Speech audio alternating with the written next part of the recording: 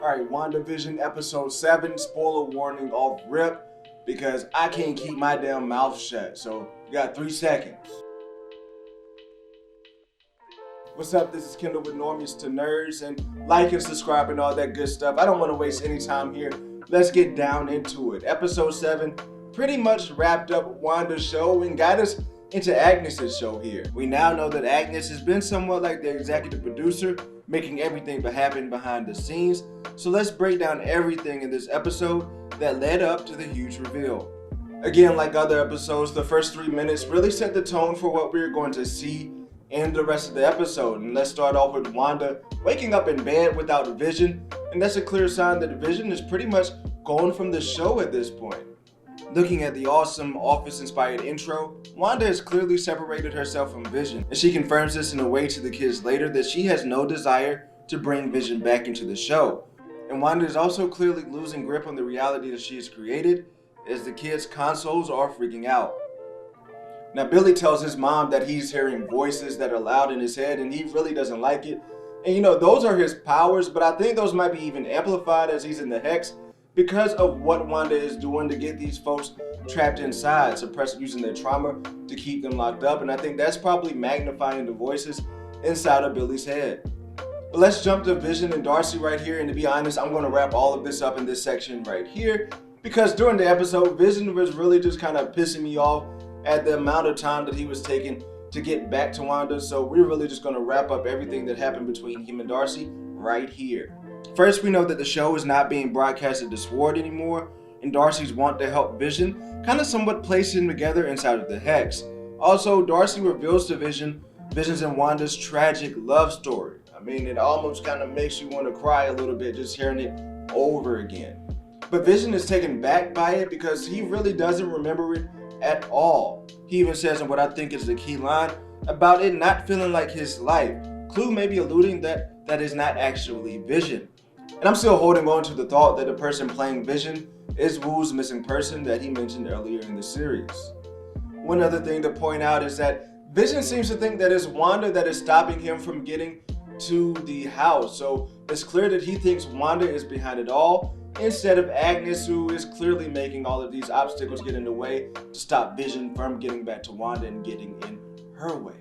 But then Vision finally wakes the hell up and flies to his house. But why the hell does he not take Darcy with him? I mean, Vision, come on man, you really slipping up right here for me. But let's get back on track with the show. As Wanda is basically telling the kids that she really is not sure what is happening, Agnes comes in on cue and sees a perfect chance to take the kids over there to her house.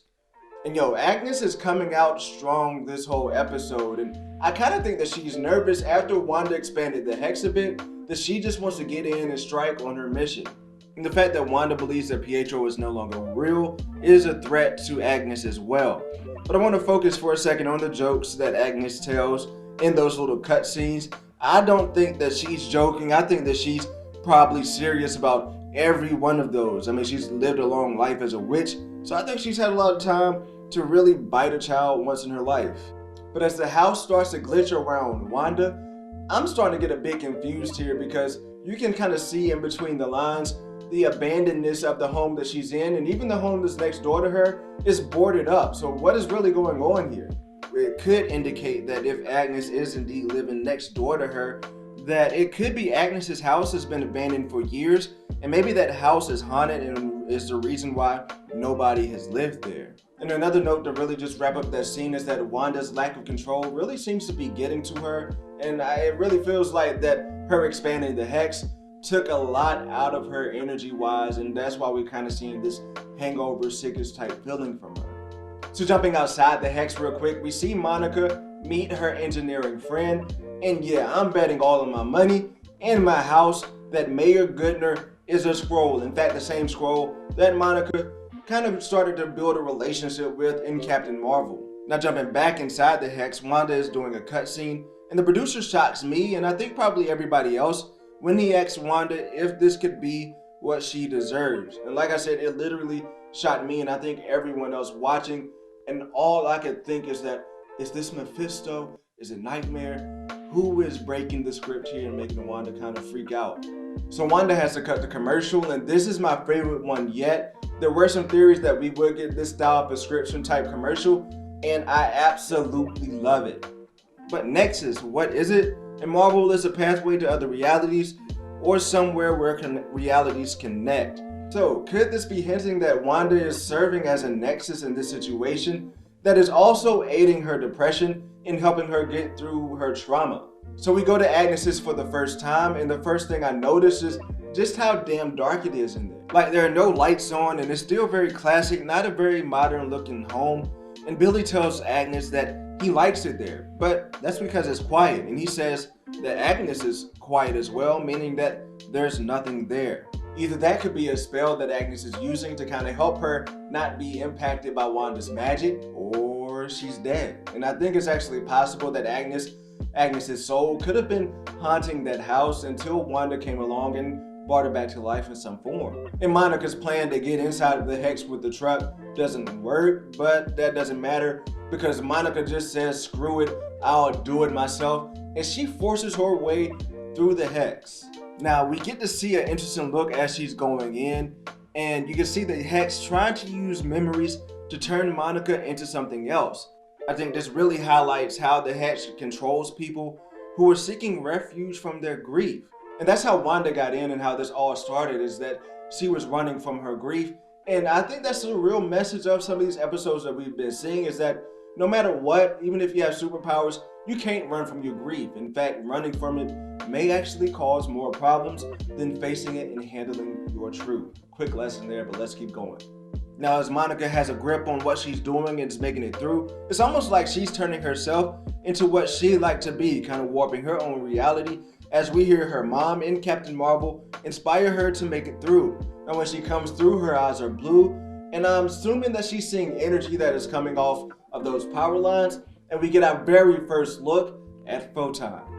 Now, I'd like to get more in depth in explaining to you guys who Photon is, but I promise I'm going to give you guys a video later this week going into that. Now, Monica tries to tell Wanda about Hayward's plans to reuse Vision, and it's almost like Wanda kind of knows about it, but she just is ignoring it at this point.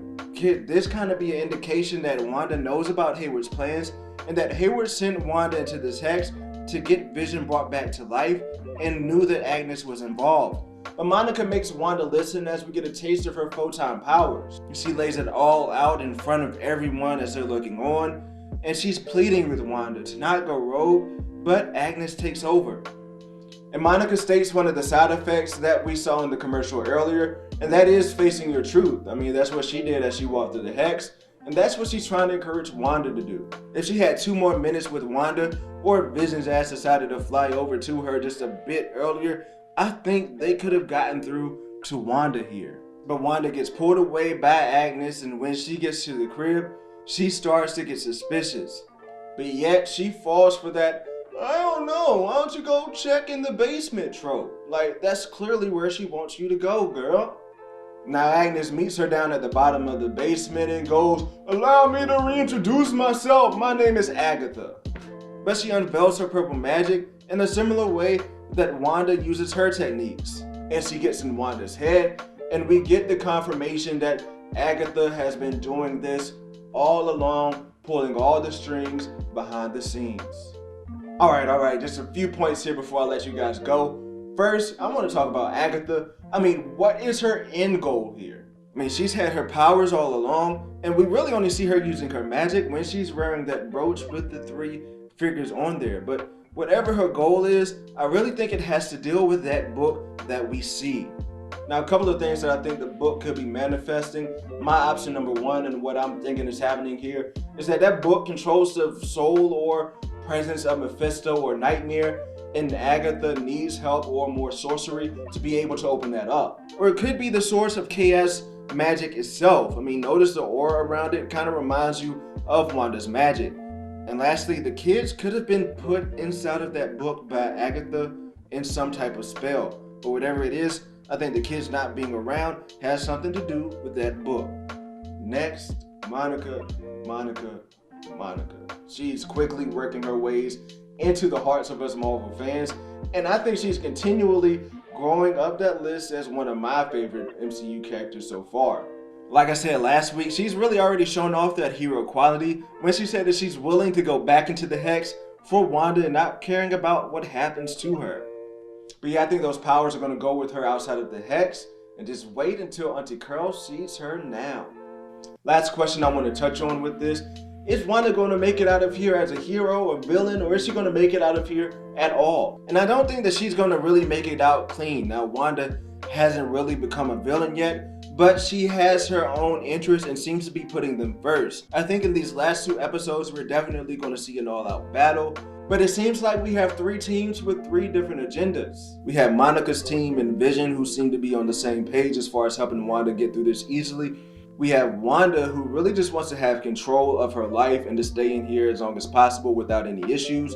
And then we have Agatha, who really, what the hell is going on with her? Oh yeah, we get that post-credit scene, but honestly, I'm not really caring that much about seeing Pietro pop up as I am of the layout of that house. Now, I think there's a lot of meaning to that house, and I definitely think it's haunted, and that Agnes has a connection to it too. You know, all those witch houses that you see in movies have those barn doors that you open up that are never locked, but they go directly into the basement to all the creepy shit.